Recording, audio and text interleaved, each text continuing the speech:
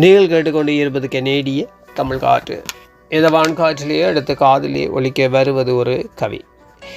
கவிதையை எழுதி அனுப்பி வைத்தவர் தமிழ்நாட்டில் இருந்து அன்பு கவிதாயினி சந்திரகோமதி கருப்புசாமி. அவருக்கு நன்றிகளை சொல்லிக்கொண்டு கவிக்குள் செல்வம். கவிதை அதீத ஆழமான தென்றல்.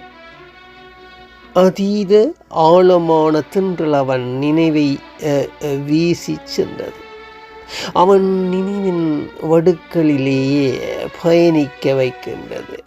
வழியில்லை, பாரமில்லை, அழுதுமில்லை எனினும் மயிலிறகு வருடலாய் அவன் நினைவை தேடியே பயணிக்கிறது மனம்.